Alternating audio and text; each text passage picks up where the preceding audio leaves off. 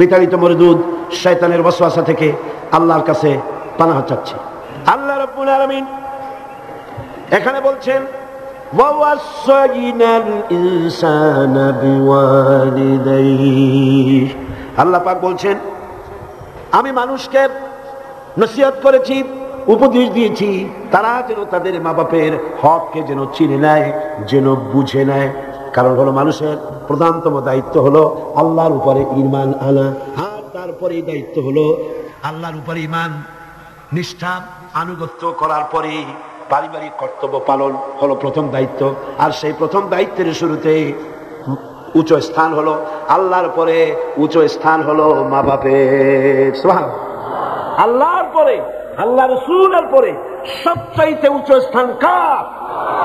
আল্লাহর আনুগত্যের পরে মা বাপের আনুগত্য যেন মানুষ করে। এজন্য আল্লাহ রাব্বুল আলামিন তিনি বলছেন ওয়াকাদা রাব্বুকা আল্লা তা'বুদু ইল্লা ইয়্যাহু ওয়া বিল ওয়ালিদাইনি ইহসানা।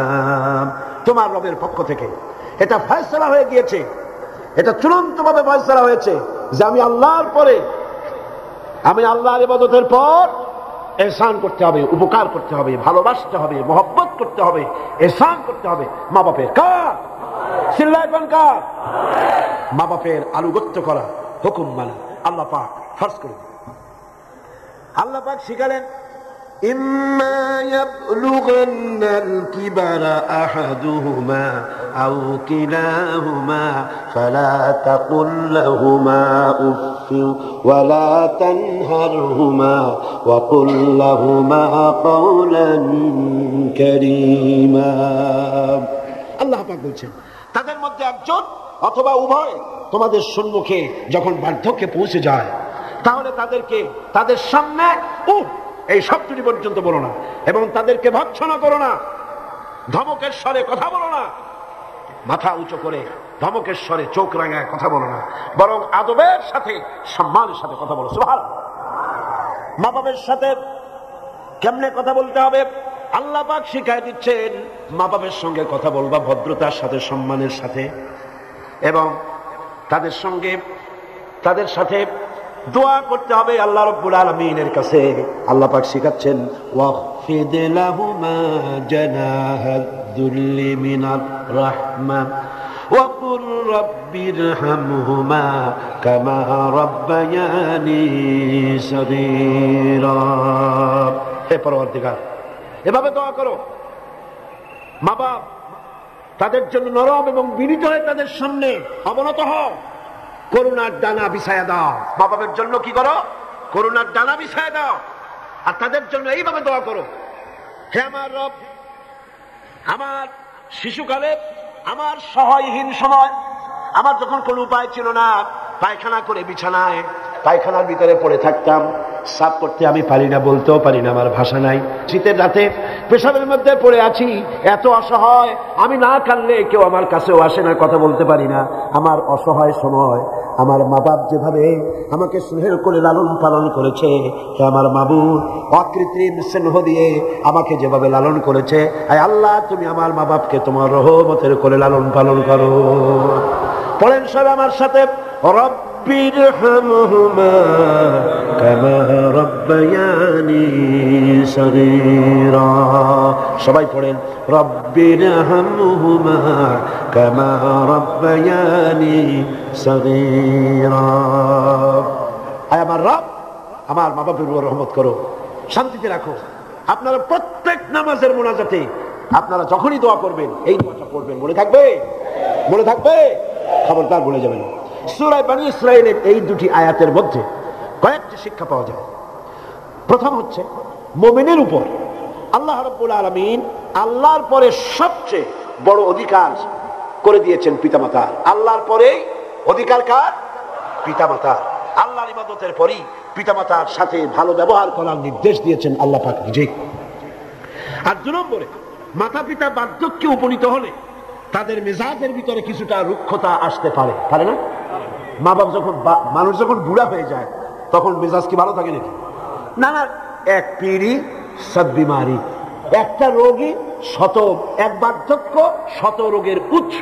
নানান রকমের রোগ ব্যাধি আসে, কানে কম শোনে, স্বাস্থ্য ভালো না, মেজাজ খারাপ, এই জন্য তাদের মেজাজটা একটু রুক্ষ হয়ে যায়। সন্তান তাতে যেন বিরক্ত না হয়, খুশির সাথে বরদাস্ত করতে হবে, এমনকি ওহ শব্দটি বলা যাবে না। সুবহানাল্লাহ, আল্লাহ নিষেধ করছেন বরদাস্ত। অনেক লোক আছে মা বাবা বুড়ো হয়ে গেছি, আর এই বুড়ো হয়ে যাওয়ার পর বিরক্ত হয়ে সন্তান বলতে থাকে, এই বুড়িটা মরে না কেন, বুড়াটা মরে না কেন, বলেন নাউজুবিল্লাহ, মরে না কেন। আমার বন্ধুগণ, কি করে এই কথা আপনার মুখ থেকে বেরোলো? আপনার কি মনে নাই আপনি যখন ছোট ছিলেন তখন অসুস্থ হয়েছেন, টাইফয়েড হয়েছে, রোগ হয়েছে, ডাক্তারপত্র তেমন সেকালে পাওয়া যেত না, আপনার কাছে বসে ঘরে বৈদ্যুতিক লাইট নাই, কেরোসিনের আলো জ্বালায়া মা শিয়রে বসে বসে কোরআন শরীফ তেলাওয়াত করে আর চোখের পানি দরদর করে পড়তে থাকে। আখিরি রজনীতে মা দুহাত উঁচু করে রোগাক্রান্ত মৃত্যু শয্যায় শায়িত সন্তানের পাশে বসে দোয়া করে, রব্বুল আলামিন আমার জীবনের বিনিময় আমার সন্তান তারা হায়াত দারাজ করে দাও। যেই মা এমন করে দোয়া করে সন্তানের জন্য, সেই সন্তান বউর কথা মতো অথবা নিজেই মায়ের মেজাজ খারাপ দেখে বলে, বুড়িটা মরে না কেন। নাউজুবিল্লাহ, নাউজুবিল্লাহ। আল্লাহ পাক বলছেন, মাতা পিতার মান মর্যাদার দিকে লক্ষ্য রাখো। সূরা বনী ইসরাঈল আয়াতে এই শিক্ষা পাওয়া যায়, মান মর্যাদার ভিতরে উপরে লক্ষ্য রাখো, কারণ এখন আয় রোজগার করতে পারে না আগের মতো, তাদের অভিমান আসতে পারে, যখন যা প্রয়োজন সন্তানটা দেয় না, বউ একটা ঘরের মধ্যে দাজ্জাল মার্কা, চাইলেও পায় না, নানান রকম অসুবিধার কারণে মান অভিমান হতে পারে, গোসা হতে পারে। আল্লাহ নির্দেশ করছেন, সন্তান তুমি যেন মা বাপের সাথে রাগারাগি করবে না, মায়ের সাথে পিতার সাথে কখনো খারাপ ব্যবহার করবে না। কে নিষেধ করেছেন? বিনয়ের সাথে কথা বলো। আল্লাহ বলছেন মা বাপের সাথে কিভাবে কথা বলো? বিনয়ের সাথে, নরম সুরে, একান্ত অনুগত খাদেমের মতো কথা বলো। সুবহানাল্লাহ। পিতামাতার অসহায় এবং দুর্বল অবস্থায় তাদেরকে বেশি করে সম্মান করো, কারণ মনে রাখা দরকার, তোমার হাজারো বিরক্তি সহ্য করেছে ছোটবেলায় তোমার মা বাপ, হাজারো বিরক্তি সহ্য করেছে, কোলে উঠেছো, ঘাড়ে উঠেছো, পেশাব করেছো, পায়খানা করেছো, বিরক্তি সহ্য করে নাই মা? সহ্য করে নাই? হাজারো বিরক্তি সহ্য করেছে। এজন্য আল্লাহ পাক বান্দাকে স্মরণ করিয়ে দিয়েছেন, বান্দারে মা বাপের জন্য দোয়া করবি, রব্বিরহামহুমা কামা রাব্বায়ানি সগীরা। এই দায়িত্ব কে দিলেন? কে দিলেন? এখন আপনি যেন দায় সারার জন্য, আল্লাহ দায়িত্ব দিছে বলে আপনি দায় সারার মতো মায়ের একটু কাপড় দিলেন, বাপের একটু জামা দিলেন, 2-5 টাকা দিলেন, দায় সারার জন্য দিচ্ছেন না অন্তরের মহব্বত দিয়ে দিচ্ছেন? এটা দেখছেন কে? দেখেন আল্লাহ কি বলছেন, রব্বুকুম আ'লামু বিমা ফি নুফুসিকুম ইন তাকুনু সালিহিন ফাইন্নাহু কানা লিল আওয়াবিনা গফুরা। তোমার রব কিন্তু জানেন যে তুমি কি দায় সারা গোছের কাজ করছো, না আমার অর্পিত দায়িত্ব হিসেবে তুমি তোমার মাকে সম্মান করছো, টাকা দিচ্ছ, পিতাকে সম্মান করছো, আমি দেখতে পাচ্ছি। তবে আল্লাহ পাক তওবাকারীকে ভালোবাসেন, সালিহিনদেরকে ভালোবাসেন, আর আল্লাহ পাক হচ্ছেন গফুর, তিনি হচ্ছেন ক্ষমাশীল। দায়িত্ব পালন হিসেবে মহব্বত দিয়ে, ভালোবাসা দিয়ে, শ্রদ্ধা দিয়ে তোমার মা বাপের খেদমত করবে, দায় সারা গোছের জন্য না হয়। কারণ এককালে তুমি ছেলে তাদের মুখাপেক্ষী। ভালো করে শোনেন, এককালে আমরা সবাই মা বাপের মুখাপেক্ষী ছিলাম না? বলেন ছিলাম না? এককালে তুমি যাদের মুখাপেক্ষী ছিলে তারা আজ তোমার মুখাপেক্ষী হয়ে গেছে। আবার সময় আসবে যখন আমরাও আমাদের সন্তানদের মুখাপেক্ষী হয়ে যাব। তিলকাল আইয়ামু নুদাবিলুহা বাইনান নাস। এটাই হলো ইতিহাস, এরকমই হবে। দাদা বসেছিল পুকুর পাড়ে গোসল করবে, একেবারে কুজো হইয়া হাঁটু মাথার উপর উঠে গেছে। নাতি কাছে গিয়ে বলছে, দাদা বর্ষিটা কত দিয়ে কিনছো? দাদা তো বর্ষির মতো কুজো হয়ে গেছে। দাদা রসিকতা বুঝতে পেরেছেন।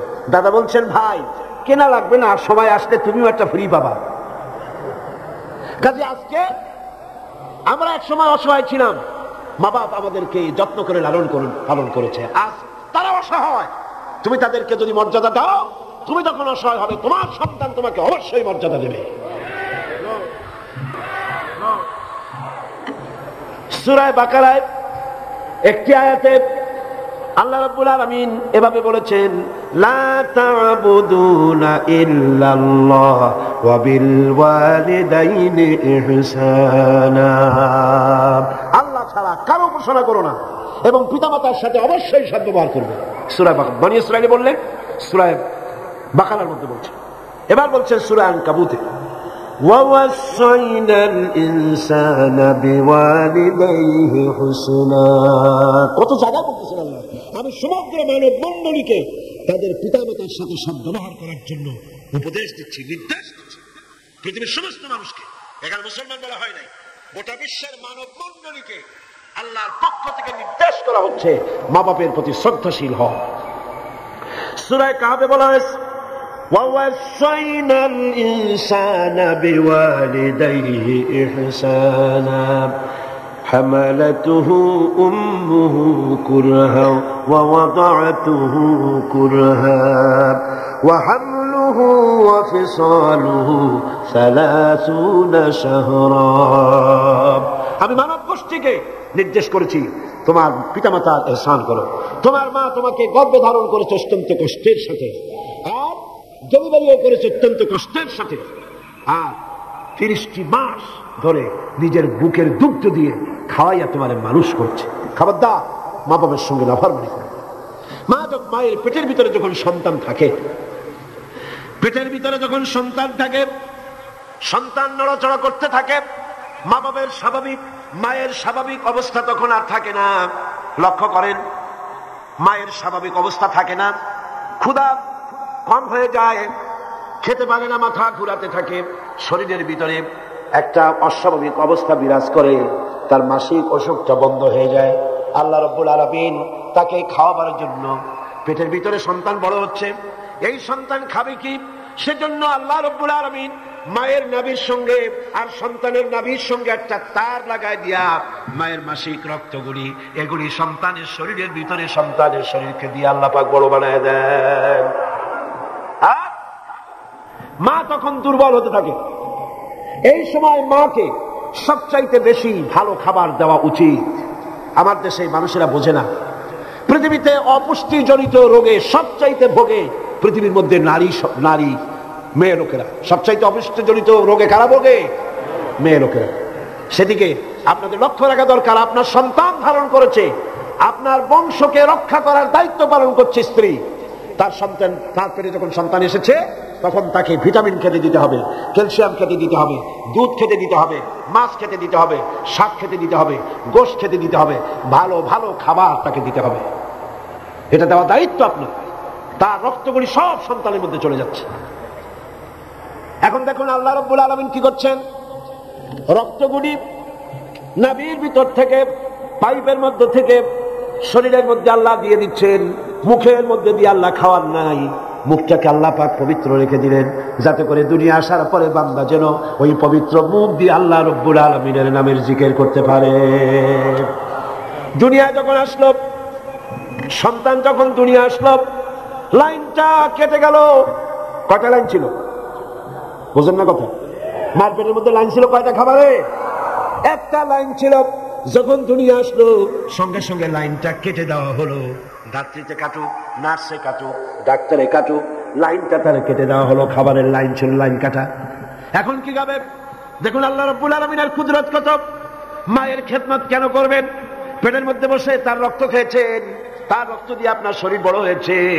আর দুনিয়া আসার পর যখন একটা লাইন কেটে দেওয়া হলো, লাইন একটা কেটে গেল, আল্লাহ পাক বুকের মধ্যে দিয়া মায়ের বাচ্চার মুখের মধ্যে ডবল লাইন চালু করে দিলেন। ডবল লাইন চালু করে দিয়েছেন, দুধ এসে গিয়েছে। এই দুধ সৃষ্টি করেছেন কে? সন্তান। ক্ষুধা লাগলে বলে চাইতে পারে না, বলতে পারে না। আল্লাহ রাব্বুল আলামিন মায়ের কলিজার ভিতরে এমন আকর্ষণ দিয়েছেন সন্তানের প্রতি। সন্তান যখনই ক্ষুধা লাগে, সন্তান কাঁদতে থাকে, আর কান্নার আওয়াজে মায়ের কলিজার ভিতরে অসহ্য বেদনা শুরু হয়ে যায়, সন্তানের প্রতি আকর্ষণ সৃষ্টি হয়ে যায়। যত কাজ থাকুক না কেন সব ফেলে দিয়ে মা দৌড়ে গিয়ে কলিজার টুকরা সন্তানকে বুকের সাথে জড়াইয়া ধরে। এজন্য বাচ্চা যখন গর্ভে থাকে, আল্লাহ নবী বলেছেন, আল মারআতু ইযা হামিলাত কানা লাহা আজরুস সাইমিল কাইম আল মুখবিতিল মুজাহিদ ফি সাবিলিল্লাহ। আল্লাহ পাকের নবী বলেন, মায়ের পেটে যখন সন্তান থাকে, এই সন্তান পেটে থাকার কারণে রাতের বেলা যে ঘুমাতে পারে না ঠিক মতো, সারা রাত দাঁড়ায় দাঁড়ায় ইবাদত করলে যত সওয়াব হইতো, আল্লাহ পাক মায়ের আমলনামায় সেই সওয়াব লিখে দেন। মা যে খেতে পারে না ঠিক মতো খেতে পারে না, এই জন্য 10টি মাস রোজা রাখতে পারে যে সওয়াব হতো মায়ের আমলনামায়, আল্লাহর নবী বলেন রোজার সওয়াব আল্লাহ পাক তার আমলনামায় লিখে দেন। সে যে কষ্ট বরদাস্ত করে, এই কষ্ট বরদাস্ত করার জন্য পেটে ধারণের কষ্ট আর ডেলিভারির কষ্ট বরদাস্ত করার কারণে পুরুষেরা জিহাদ করে যে সওয়াব পাবে, মা সন্তান পেটে ধরে ডেলিভারি করে সন্তান মানুষ করে সেই জিহাদের সওয়াব পাইয়া যাবে। সুবহানাল্লাহ, জোরে বলেন সুবহানাল্লাহ। আমার বন্ধুগণ, এ সওয়াব আল্লাহ পাক মানুষকে দান করেছেন। মা বাপের খেদমত করতে বলেছেন, মাকে ভুলে যেও না, মায়ের প্রতি শ্রদ্ধাশীল হও, মায়ের জন্য আল্লাহর কাছে দোয়া করো, আমার কাছে মা বাপের জন্য প্রার্থনা করো। রব্বির হামহুমা কামা রাব্বায়ানি সগীরা, পড়েন সবাই, রব্বির হামহুমা কামা রাব্বায়ানি সগীরা। হে আল্লাহ, আমার মা বাপ যেমন স্নেহের কোলে আমাকে লালন পালন করেছে, তুমিও আমার মা বাপকে তোমার রহমতের কোলে লালন পালন করো। এখানে একটা জিনিস লক্ষ্য করো, হামালাতুহু উম্মুহু ওয়াহনান আলা ওয়াহনি, শান্তির পর শান্তি, কষ্টের পর কষ্ট, অর্থাৎ পেটে ধরার কষ্ট, ডেলিভারির কষ্ট, এই যে কষ্ট মা বহন করছে, এই কষ্টের ঋণ মানুষ সন্তানেরা কোনদিন শোধ করতে পারবে না। পারবে? সন্তান যদি তার বুকের চামড়া দিয়া মায়ের জন্য এক জোড়া জুতা তৈরি করে দেয়, পিঠের চামড়া নয়, সন্তান যদি তার বুকের চামড়া দিয়া মায়ের পায়ের এক জোড়া যদি জুতা তৈরি করে দেয়, মায়ের এক ফোঁটা দুধের হক আদায় হবে না। আল্লাহ পাক বলছেন, ওয়া ইন জাহাদাকা আলা আন তুশরিকা বি মা লাইসা লাকা বিহি ইলম ফালা তুতি'হুমা ওয়া সাহিবুহুমা ফিদ দুনিয়া মা'রুফা। আল্লাহ পাক বলছেন, কিন্তু তারা যদি তোমাকে, মর্যাদা তাদের আল্লাহর পরেই মা বাপের মর্যাদা, আল্লাহর পরে কার মর্যাদা?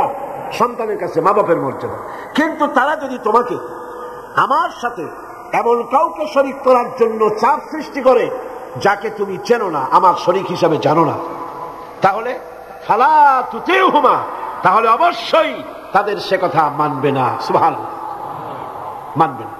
মা বাপের কথা কতটুকু মানা যাবে এবং কতটুকু মানা যাবে না, সে ব্যাপারেও শরীয়ত ঠিক করে দিয়েছে। ঠিক এরকম আরেকটি আয়াত সূরা আনকাবুতের মধ্যে এসেছে। আল্লাহ পাক বলছেন, وَوَصَّيْنَا الْإِنسَانَ بِوَالِدَيْهِ حُسْنًا وَإِنْ جَاهَدَاكَ لِتُشْرِكَ بِي مَا لَيْسَ لَكَ بِهِ عِلْمٌ فَلَا تُطِعْهُمَا। আল্লাহ পাক নির্দেশ করছেন, মা বাপের খেদমত করো, সম্মান করো, ইহসান করো। আর তারা যদি তোমাদের উপরে কোন চাপ সৃষ্টি করে আমার সাথে কাউকে শরীক স্থাপন করার জন্য, তাহলে অবশ্যই তাদের এই কথা তোমরা মানবে না। এর ব্যাখ্যা হচ্ছে, এই আয়াতটি নাজিল হয় সেই সময় যখন তিরমিজি, আহমদ এবং নাসাই এই তিনটি হাদিসে এই দৃষ্টান্তটা এসেছে এই আয়াত নাজিলের প্রেক্ষাপট সম্পর্কে। এই আয়াতটি নাজিল হয়েছে হযরত সাদ বিন আবি ওয়াক্কাস রাদিয়াল্লাহু তাআলা আনহুর ব্যাপারে।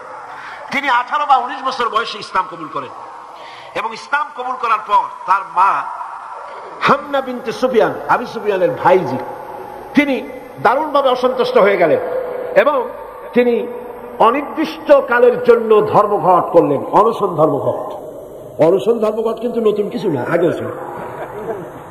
এই অনশন ধর্মঘট শুরু করলেন এই কথা বলে যে যতক্ষণ পর্যন্ত তার ছেলে সাদ বিন আবি ওয়াক্কাস যতক্ষণ পর্যন্ত আল্লাহর প্রতি ঈমান প্রত্যাহার করে শিরকিয়াতের দিকে ফিরে না আসবে, ততক্ষণ পর্যন্ত তিনি অনশন ভাঙবেন না, তিনি কিছু খাবেন না। তার মা দলিল হিসাবে পেশ করলেন ছেলের সামনে যে, দেখো পুত্র, তোমার কোরআন অনুযায়ী আমার হুকুম মানা, আল্লাহর হুকুম, আমার হুকুম তোমাকে মানতে হবে। আর আমার সাথে নাফরমানি করার অর্থ হচ্ছে আল্লাহর সাথে নাফরমানি করা। আল্লাহ অর্ডার করেছে আমার হুকুম তোমাকে মানতে হবে। এখন তুমি এই তাওহীদকে ছেড়ে দিয়ে এই শিরকিয়াতের দিকে, আমি যেদিকে আছি সেদিকে ফিরে আসো। হযরত সাদ বিন আবি ওয়াক্কাস রাদিয়াল্লাহু তাআলা আনহু তিনি অত্যন্ত পেরেশান বোধ করলেন যে আমি এখন করবোটা কি। তিনি রাসূল কারীম সাল্লাল্লাহু আলাইহি ওয়াসাল্লামের খেদমতে হাজির হলেন এবং ঘটনার বর্ণনা করলেন। এই ঘটনা যখন বর্ণনা তিনি করলেন রাসূলের কাছে, তখন সূরা আনকাবুতের এই আয়াত নাযিল হলো, وَوَصَّيْنَا الْإِنسَانَ بِوَالِدَيْهِ حُسْنًا। উপদেশ দেওয়া হয়েছে মানব গোষ্ঠীকে তারা যেন তার মা বাপের প্রতি ইহসান করে, উপকার করে। কিন্তু وَإِنْ جَاهَدَاكَ لِتُشْرِكَ بِي مَا لَيْسَ لَكَ بِهِ عِلْمٌ فَلَا تُطِعْهُمَا। কিন্তু তারা যদি তোমার উপরে শিরক করতে চাপ সৃষ্টি করে অবশ্যই তাদের অনুসরণ করবা না। খবরদার, মা বাপ যদি আল্লাহর হুকুমের বাইরে যদি কিছু বলে সেই হুকুম মা বাপের পালন করা, যারা বলেন পালন করা যাবে না। কোন অবস্থাতেই মা বাপের সেই হুকুম পালন করা যাবে না। আয়াতটির ব্যাখ্যা হচ্ছে যে মা বাপের হক তো সবচাইতে বেশি, কোনো সন্দেহ নেই। কিন্তু সেই মা বাবাই যদি মানুষকে শিরক করতে বলে তাহলে এই শিরক করতে পারবে না। কারণ হলো আল্লাহ পাকের সাথে কাউকে শরীক স্থাপন করা যাবে না। কারণ তাদের অবৈধ আব্বা সন্তানের অমান্য করাই জরুরি। এর দলিল হচ্ছে মা লাইসা লাকা বিহি ইলম, যে ব্যাপারে তোমার জানা নাই আল্লাহর সাথে শরীক করবা এরকম কোন শরীকদার এই পৃথিবীতে কেউ নাই এবং এর সম্পর্কে তুমি জানোই না, সুতরাং তুমি আল্লাহর সাথে মা বাবার কথা মতো কাউকে শরীক স্থাপন করতে পারবে না। তাই মা বাবা যদি ভুলের উপরে থাকে তাহলে সন্তান সেই ভুলকে মানতে পারবে না, সন্তান সেই ভুলকে মানবে না। মা বাপ যদি ছেলে ইসলাম কবুল করেছে, মা বাপ ইসলাম কবুল করে নাই, এমন অবস্থা যদি হয় তাহলেও সেই মা বাপের সাথে খারাপ ব্যবহার করা যাবে না। ব্যবহার করতে হবে কি? ভালো ব্যবহার। কি করতে হবে? এই ভালো ব্যবহার সম্পর্কে রাসূল কারীম সাল্লাল্লাহু আলাইহি ওয়াসাল্লামের কাছে প্রশ্ন করা হলো, আইয়ুল আমালি আহাব্বু ইলাল্লাহি তাআলা, আল্লাহর কাছে সবচাইতে ভালো আমলটা কি? রাসূল কারীম সাল্লাল্লাহু আলাইহি ওয়াসাল্লাম জবাব দিলেন, আসসালাতু আলা ওয়াক্তিহা, নামাজ তার ওয়াক্ত মতো আদায় করা, এটাই হলো সবচেয়ে ভালো আমল। সাহাবী প্রশ্ন করলেন, তারপরে কি? রাসূলুল্লাহ বললেন, বিররুল ওয়ালিদাইন, মা বাবার খেদমত করা, এটাই হলো সবচেয়ে ভালো কাজ। আরেকজন প্রশ্ন করলেন, মান আহাক্কুন নাস বিহুসনি সাহাবাতি, হে রাসূল সবচেয়ে আমার কাছে ভালো ব্যবহার পাওয়ার হক কার? আল্লাহর নবী বলেন, উম্মুক, তোমার মা। সাহাবী প্রশ্ন করলেন, সুম্মা মান, এরপরে কে? রাসূল বললেন, উম্মুক, তোমার মা। তারপরে কে? হুজুর বললেন, তোমার মা। তারপরে কে? হুজুর বললেন, তোমার পিতা। মার মর্যাদা কয় গুণ বাড়লো? কয় গুণ বাড়লো? 3 গুণ বেড়ে গেল। কার চাইতে? বাপের চাইতে মায়ের মর্যাদা কয় গুণ? 3 গুণ বেশি বেড়ে গেল। হযরত আব্দুল্লাহ ইবনে আমর রাদিয়াল্লাহু তাআলা আনহু তিনি বলেছেন, যা রাজুলুন ইলা নবী সাল্লাল্লাহু আলাইহি ওয়াসাল্লাম ফাস্তাযানা লাহু বিল জিহাদ। তিনি বলছেন যে একজন লোক রাসূলের কাছে আসলেন এবং তিনি অনুমতি চাইলেন জিহাদে যাওয়ার জন্য, যুদ্ধে অংশগ্রহণ করার জন্য। ফাকালা আহাইয়ুন ওয়ালিদাক, রাসূল জিজ্ঞেস করলেন, তোমার পিতামাতা কি জীবিত আছেন? তিনি জবাব দিলেন, ক্বালা নাম, হ্যাঁ আমার মা বাবা জীবিত আছেন। ক্বালা ফাফিহিমা ফাজাহিদ, চলে যাও বাড়ি, মা বাবার খেদমত করো, এটাই তোমার জন্য জিহাদ। জোরে বলেন সুবহানাল্লাহ। হাজমা নামক আরেকজন সাহাবী রাসূল কারীম সাল্লাল্লাহু আলাইহি ওয়াসাল্লামের কাছে উপস্থিত হলেন। তিনি অনুমতি চাইলেন যে রাসূল আমি জিহাদে যেতে চাই, আমি জিহাদে যেতে চাই। হুজুর বললেন, আলাকা ওয়ালিদাতুন, তোমার কি মা বেঁচে আছে? তিনি বললেন, হ্যাঁ আমার মা জীবিত আছেন। আল্লাহ নবী বললেন, ইযহাব ফাকরিমহা ফাইন্নাল জান্নাতা তাহতা রিজলাইহা, আখরাজাহু নাসাই, নাসাই শরীফের হাদিস। রাসূলুল্লাহ বললেন, তোমার মা যখন আছে, ইযহাব, ফিরে যাও, বাড়ি চলে যাও, ফাকরিমহা, এবং মায়ের সম্মান করো, ইজ্জত করো, মায়ের খেদমত করো, ফাইনাল জান্নাতা তাহতা রিজলাইহা, মায়ের দুধের বদলা। ইয়েমেন থেকে একজন হাজী সাহেব আসছে, মাকে ঘাড়ে নিয়ে তাওয়াফ করতেছে আর গান গাচ্ছে, শের পড়তেছে, মায়ের হক আদায় করে ফেলেছি, মাকে নিয়ে হজ করলাম, মাকে নিয়ে তাইফ কি বলে মুজদালিফায় গেলাম, মিনায় গেলাম, রমিয়া হাজার করলাম, সাই করলাম, তাওয়াফ করলাম, মাকে গাড়ি নিয়ে সব করেছি, আমার মায়ের হক আমি আদায় করেছি। হযরত আব্দুল্লাহ বিন ওমর রাদিয়াল্লাহু তাআলা আনহুমা ওই লোকের শের শুনে, গান শুনে, এই কথা শুনে তিনি বললেন, তুমি কিসের হক আদায় করেছো? তুমি তো তোমার মায়ের একটা শব্দের হক আদায় করতে পারো নাই। তোমার মা কষ্টে পড়ে তোমাকে কোলে নিয়ে, তোমাকে তোমার কষ্টের সময়, বিপদের সময় তোমাকে দুঃখে দেখে, কষ্ট দেখে মুখ থেকে যা শব্দটা বেড়েছে, সারা জীবন তো সেই হক আদায় করতে পারবে না। হক আদায় করছো, এত বড় কথা কি করে বলতে পারবে? মা বাপের, পিতামাতার আনুগত্যের চূড়ান্ত রূপ বলতে গিয়ে হযরত ইবনে আব্বাস রাদিয়াল্লাহু তাআলা আনহু বলেছেন, وعن ابن عباس رضي الله تعالى عنه أنه قال رسول الله صلى الله عليه وسلم من أصبح مطيعا لله في والديه أصبح له بابان مفتوحان من الجنة। হযরত ইবনে আব্বাস রাদিয়াল্লাহু তাআলা আনহু বলেছেন, আল্লাহ রাসূল বলেছেন, যে ব্যক্তি পিতামাতার সম্পর্কিত আল্লাহর নাজিলকৃত হেদায়েত মেনে নিয়ে সকাল করলো, আল্লাহ রাব্বুল আলামিন তার জন্য জান্নাতের দুইটা দরজা খুলে দেন।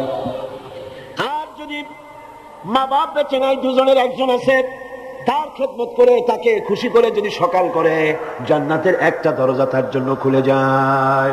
ওয়ামান আমসা আসিয়ান লিল্লাহি ফি ওয়ালিদাইহি আসবাহা লাহু বাবানি মাফতুহান মিনান নার।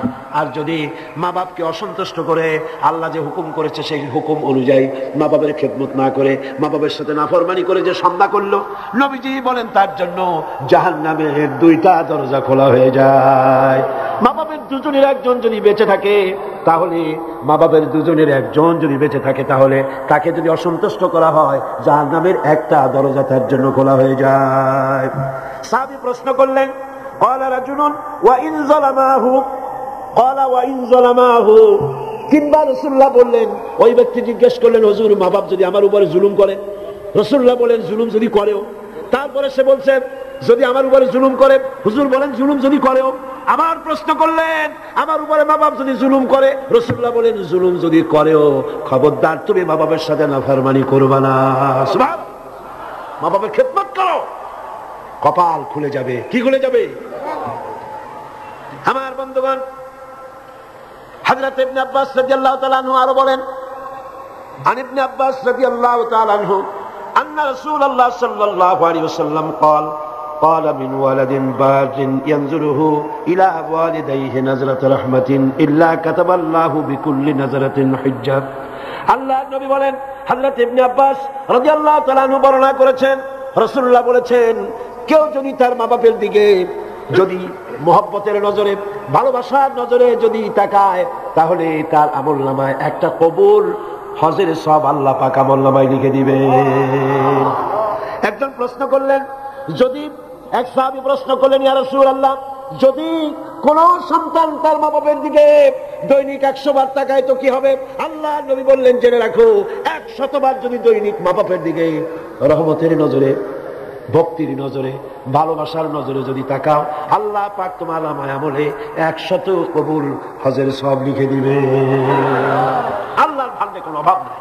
তাই বলে আবার কেউ মনে করেন না যে হজ যখন ফরজ আছে, এত কষ্ট করে টাকা খরচ না করিয়া মহব্বতের নজরে বাপের দিকে তাকায় থাকে, এতে কিন্তু কাম হবে না।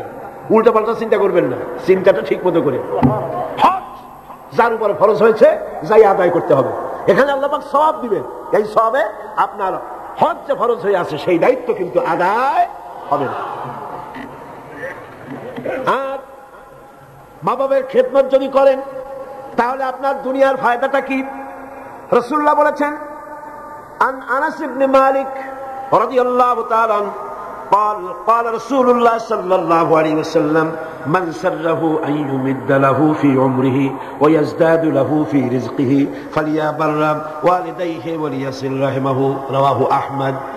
আল্লাহ নবী বলেন, হযরত আনাস বিন মালিক রাদিয়াল্লাহু তাআলা আনহু থেকে বর্ণিত, আল্লাহ নবী বলছেন, কেউ যদি দুনিয়ায় তার রিজিক বাড়াতে চায়, সম্মান বাড়াতে চায়, হায়াত বাড়াতে চায়, সেজন্য তার মা বাপের খেদমত করে। মা বাপের খেদমত যারা করবে, মা বাপের সম্মান যারা করবে, আল্লাহ পাক তার রিজিকে বরকত দান করে দিবেন। রিজকে কোনোদিন অভাব হবে না।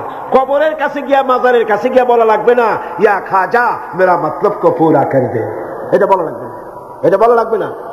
আপনার রিজকে বরকত হয়ে যাবে মা বাপ যদি আপনাকে আপনার জন্য দোয়া করে। এ দোয়া কবুল, মা বাপের দোয়া কি কবুল হোক। সুতরাং রাসূলুল্লাহ বলছেন, আল্লাহর নবী বলছেন, রিজকে বরকত হবে, সম্মান বৃদ্ধিপ্রাপ্ত হবে, অশান্তি হবে না, অসম্মান হবে না। মা বাপের খেদমত করবা, রিজকে কোনো অভাব হবে না। সুবহান। হযরত আবী হুরায়রা রাদিয়াল্লাহু তাআলা আনহু বলছেন, عن أبي هريرة رضي الله تعالى عنه عن النبي صلى الله عليه وسلم قال رغم أنفه ثم رغم أنفه ثم رغم أنفه। আল্লাহর নবী বলছেন, তিনবার বললেন, সে ব্যক্তি অপমানিত হোক, সে ব্যক্তি অপমানিত হোক। কোন ব্যক্তি? قيل من يا رسول الله, কোন ব্যক্তি অপমানিত হোক? قال من أدرك والديه عند الكبر أو أحدهما ثم لم يدخل الجنة। ভালো করে শোনেন, আল্লাহর নবী বলেন সেই ব্যক্তি অপমানিত হোক। তিনবার বললেন। প্রশ্ন করা হলো কোন ব্যক্তি? রাসূলুল্লাহ বললেন মা বাপ দুইজন অথবা একজনকে জীবনে সে পেল আর খেদমত করে আল্লাহর জান্নাত নিজের জন্য ওয়াজিব করে নিতে পারলো না, তার মতো হতভাগ্য আর কেউ নাই। মা বাপ যাদের আছে প্রাণ ভরে তাদের খেদমত করো, তাদের খেদমতে আল্লাহ পাক কিসমত খুলে দেবে। আবু দাউদ শরীফের একটি হাদিস শুনুন। হযরত আব্দুল্লাহ বিন আমর রাদিয়াল্লাহু তাআলা আনহু তিনি বলছেন, এক ব্যক্তি তার মাতা পিতাকে কাঁধায় রেখে রাসূলের সামনে জিহাদে যাওয়ার জন্য উপস্থিত হয়েছেন, মা বাপকে ক্রন্দনরত অবস্থায় রেখে। রাসূলুল্লাহর কাছে খবর এলো এই যুবক জিহাদে যাওয়ার জন্য আসছে আর তার মা বাপ কাঁদতেছে। রাসূলুল্লাহ বললেন ফিরে যাও, মা বাপকে যেভাবে কান্দায় আসছো ওইভাবে খুশি করে তারপরে আসো, মা বাপকে অখুশি রেখে জিহাদে যাইও না। মা বাপের খেদমত করো, তাদেরকে খুশি করো। একটা জীবিত মানুষ, একটা জীবিত মানুষের পেটের মধ্যে আর একটা জীবিত মানুষ, সে চুপ করে বসে নাই, কেন দিয়ে গুঁতো মারতেছে, হাঁটু দিয়ে গুঁতো মারতেছে। আমার তো মনে হয় যে এই রকমের যদি পুরুষের হইতো, পুরুষের যা মেজাজ খারাপ, দুনিয়া আসার সাথে সাথে ঠ্যাং ধরে আসার মারতো যে পেটের মধ্যে বসে এত নড়াচড়া করছি কে। আর মায়ের অবস্থাটা দেখেন, এত কষ্ট পেটে ধারণ করায়। ডেলিভারি যখন করলো 10 মাসের পেটে ধরার কষ্ট আর ডেলিভারির কষ্ট, ডেলিভারিতে কত কষ্ট হয় সে কথা আল্লাহ ছাড়া আর কেউ জানে না। এই ডেলিভারি যখন হয়ে যায়, মা যখন হোশে এলো, মা প্রথমেই জানতে হয় কি হয়েছে আমারে দেখাও। সন্তান যখন মায়ের চোখের সামনে তুলে ধরা হয়, আমার আল্লাহ পাক বলেন মায়ের 10 মাসের পেটে ধরার কষ্ট আর ডেলিভারির কষ্ট সন্তানের চেহারা দেখার সঙ্গে সঙ্গে মায়ের মন থেকে আমি আল্লাহ বুঝে ফেলে দেই। রাসূলুল্লাহ বলছিল, যুবক আজকে তুমি বলতেছো তোমার মায়ের মেজাজ খারাপ, কিন্তু 9 মাস যখন পেটের মধ্যে তুমি ছিলা তখন তোমার মেজাজ খারাপ হয় নাই। যুবক তখন পাল্টা জবাব দিল, হে রাসূল আমি মিথ্যা কথা বলছি না, আমার মা সত্যই তার মেজাজটা দারুণ খারাপ। হুজুর বললেন, সে যখন রাতের পর রাত জাগতো আর তোমারে দুধ খাওয়াইতো, তুমি তোমার মা গভীর রাত্রে ঘুমায় আস, তুমি চিৎকার করতেছ, ঘুম ভাঙা তোমারে কোলে নিয়ে দুধ খাওয়াইলো, 2.5 বছর পর্যন্ত জ্বালাইছো মায়ের বুকের দুধ খাইয়া, দিনে দুপুরে রাত্রে কত কষ্ট দিছ, তখন তো তোমার মায়ের মেজাজ খারাপ ছিল না। আরে আরে খেতে বসেছে মা, মা কি করে সকলকে আগে খাওয়ায়, স্বামীরে খাওয়াইলো, মেহমান খাওয়ালো, বাচ্চাদের খাওয়ালো, সব শেষে সামান্য তরকারি আর ভাত আছে, খাইতে বসছে সব শেষে, বাচ্চারে কোলে নিয়ে, বাচ্চা পায়খানা করে দিয়েছে কোলের মধ্যে। মা বিরক্ত হইল না, বিরক্ত হলো না, খাবারের থালাটা সরায় রেখে মা বাচ্চাকে কোলে করে নিয়ে বাচ্চাকে সাফ করালো, নিজের কাপড় চোপড় সাফ করলো, তারপরে ক্রন্দনরত বাচ্চার মুখে 2-3টা চুমা দিয়া তারপর আবার খাইতে বসে। যেই মা তোমারে নিয়া এভাবে করে 2.5 মাস পর্যন্ত বুকের দুধ খাওয়া তোমারে বড় করলো, তখন তো তোমার মায়ের মেজাজ খারাপ ছিল না। যুবক বলছেন, হে রাসূল আমার মা আমাকে নিয়ে যত কষ্ট করেছে আমি সে কষ্টের হক আদায় করে দিয়েছি, আমি তাকে হক আদায় করছি, যার তার খাবার দিয়েছি, পড়ার দিয়েছি, তারে নিয়ে হজ করেছি, হক আমি আদায় করে দিয়েছি। আল্লাহ নবী জিজ্ঞেস করলেন, সত্যি কি তুমি হক আদায় করছো? কয়ে হ্যাঁ, আমি হক আদায় করে দিচ্ছি। প্রিয় নবী জবাবে বললেন, তুমি তো বলছো হক আদায় করেছো, কিন্তু আমার প্রশ্ন হচ্ছে, তুমি কি তোমার মায়ের সেই কষ্টের বদলা দিতে পেরেছো যে কষ্ট তোমাকে ভূমিষ্ঠ করার সময় তোমার মায়ের হয়েছিল? তোমাকে ডেলিভারি করার সময় তোমার মায়ের যে যন্ত্রণা হয়েছিল, সে হককে আদায় করতে পেরেছো?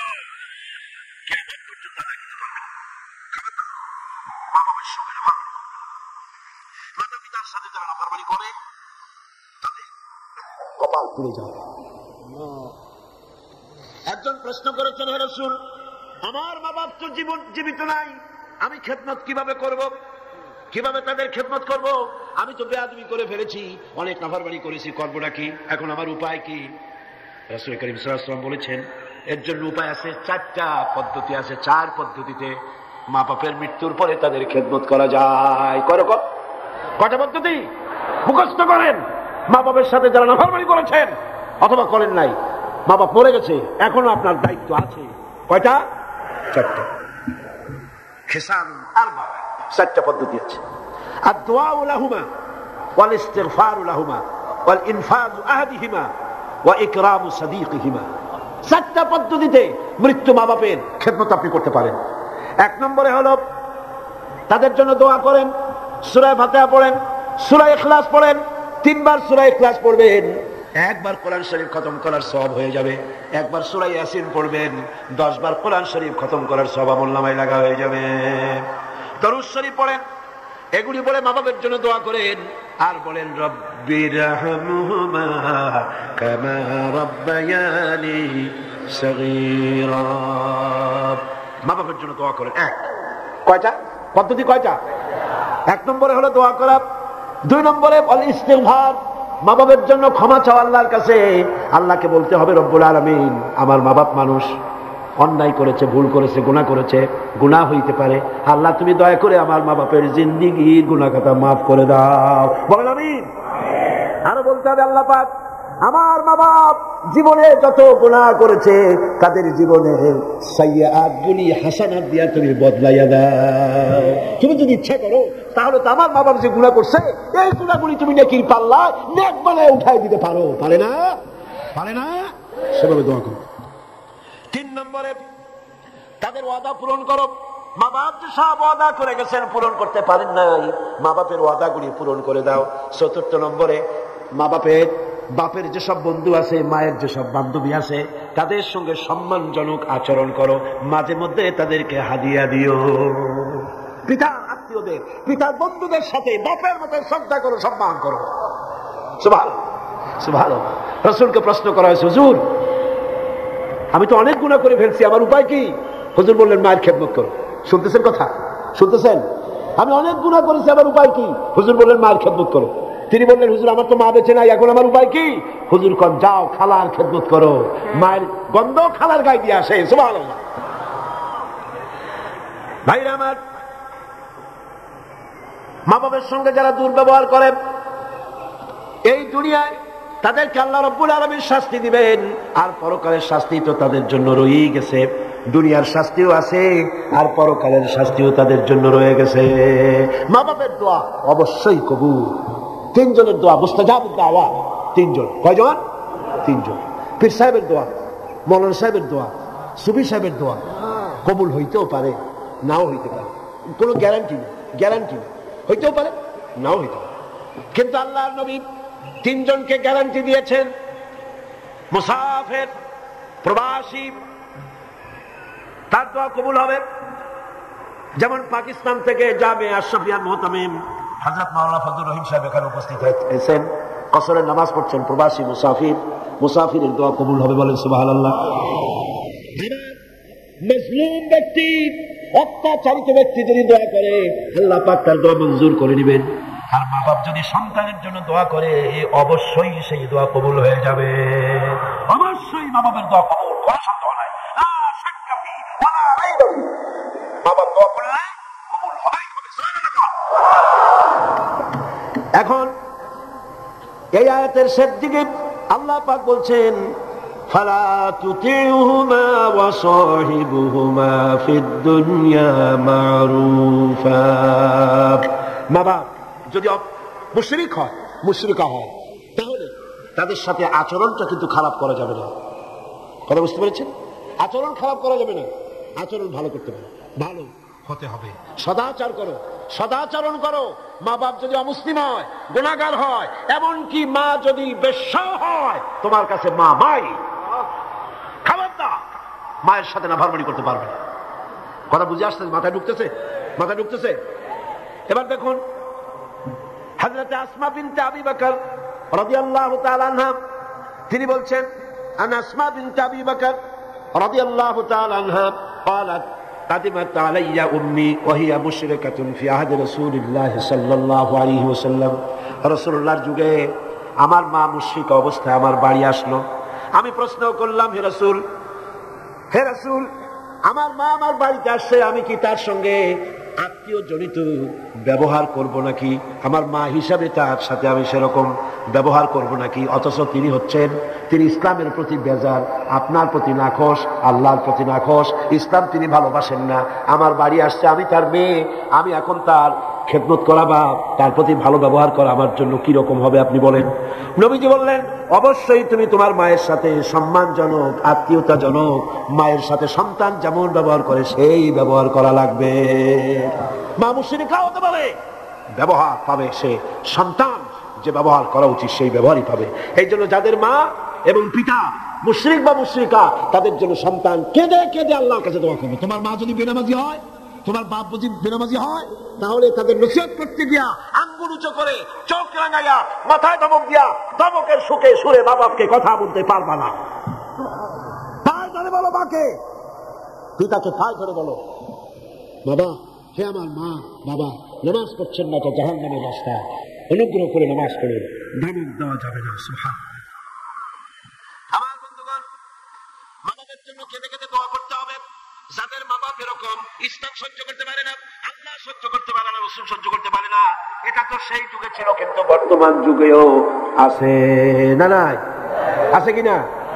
এই মাহফিলও বহুত মহিলা এভাবে চিঠি আমাকে লিখেছেন, মাহফিলে আসে কিন্তু স্বামী তা বরদাস্ত করতে পারে না, কিন্তু সিনেমায় গেলে কোনো খারাপ কিছু বলে টলে না, সেখানে যাও, মাহফিলে যাও।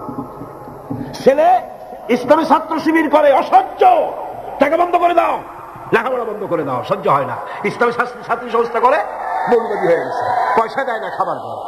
হায় রে কপাল পোড়া বাপ, তোমার তো চিন্তা করা উচিত, তোমার ছেলে সে তো কমিউনিস্ট আন্দোলন করে না, তোমার ছেলে তো সিনেমায় যায় না, তোমার ছেলে তো girls high school, girls college ছুটির সময় এতিমের মতো মেয়েদের দিকে তাকায় থাকে। তোমার ছেলে মাস্তানি করে না, চাঁদাবাজি করে না, ইসলামী ছাত্র শিবির করে, ইসলামী ছাত্রী সংস্থা করে, পবিত্র সংগঠন করে। তুমি তো সেজদা দিয়ে কাঁদবা, আল্লাহ আমার ছেলে ভালো কাজ করতেছে, ঠিক কিনা? যারা বলেন ঠিক কিনা? আমার বন্ধুগণ, মা বাবার জন্য দোয়া করতে হবে, মা বাবার জন্য দোয়া করতে হবে। রব্বিরহামহুমা কামা রাব্বায়ানি সগীরা, খুব মিষ্টি করে ভালো করে পড়েন, রব্বিরহামহুমা কামা রাব্বায়ানি সগীরা। হযরতে আবু হুরায়রা রাদিয়াল্লাহু তাআলা আনহু ইসলাম গ্রহণ করার পর দীর্ঘদিন যাবত তার মা ইসলাম কবুল করেন নাই, বরং আবু হুরায়রা রাদিয়াল্লাহু তাআলা আনহুকে বড় জ্বালাইছে। তিনি মায়ের পায়ে পড়েছেন, বহু অনুরোধ করেছেন, কোনো কিছুতে কাজ হয়নি। একদিন তিনি অনেক রাত করে বাড়িতে ফিরেছেন, মা তাকে প্রশ্ন করলেন, এত রাত কোথায় ছিলি? তিনি বললেন, আমি ছিলাম রাসূল করিম সাল্লাল্লাহু আলাইহি সাল্লামের কাছে। শোনা মাত্র মা তাকে খুব করে মারলেন, গলা ধাক্কা দিয়ে বাড়ি থেকে বের করে দিলেন। তিনি রাসূলুল্লাহর খেদমতে এসে কাঁদতে লাগলেন। আল্লাহর নবী বলেন, আবু হুরায়রা কাঁদো কেন? হযরত আবু হুরায়রা বললেন, ইয়া রাসূলুল্লাহ, মা আমাকে মেরেছে। বললেন, মারলো কেন? তিনি বললেন, ঘটনা শোনালেন, আপনার কাছ থেকে দেরি করে যাওয়ার কারণে আপনার নাম শুনে সহ্য করতে না পেরে আমাকে মারছে। হুজুর বলেন, আবু হুরায়রা, মা তোমাকে মেরেছে, এখানে আমার কিছু করার নাই,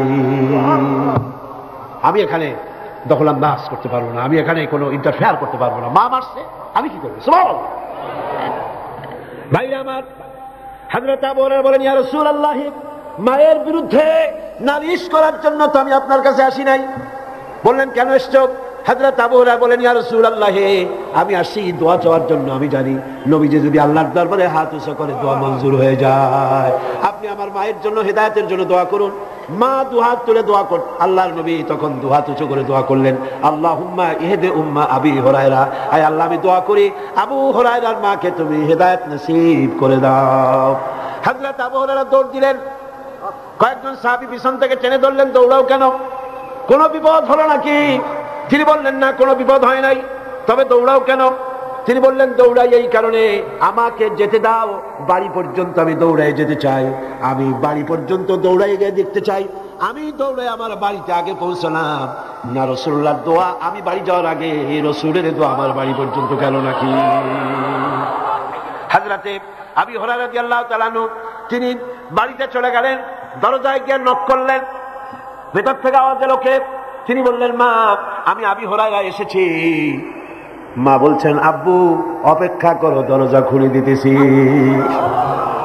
হযরতে আবু হুরায়রা তিনি বললেন, মায়ের গলার আওয়াজ দিয়েই আমি বুঝতে পারলাম আমি ঘরে আসার আগে রাসূলুল্লাহ তীর তার নিশানায় পৌঁছে গেছে, দোয়া কবুল হয়ে গেছে। হযরতে আবু হুরায়রা বললেন, মা বেরিয়ে এলেন, গোসল করে এসেছেন। মা আমারে বললেন, বাবা, তোমাকে মারার পর আমি বড় অনুতপ্ত হয়েছি যে আমি মারলাম কেন। আমার ছেলে তো কোনো খারাপ মানুষের কাছে যায় নাই, দুনিয়ার সর্বশ্রেষ্ঠ মানুষের কাছে গেছে, মারলাম কেন? বড় অনুতপ্ত আর অনুশোচনা আমি করেছি।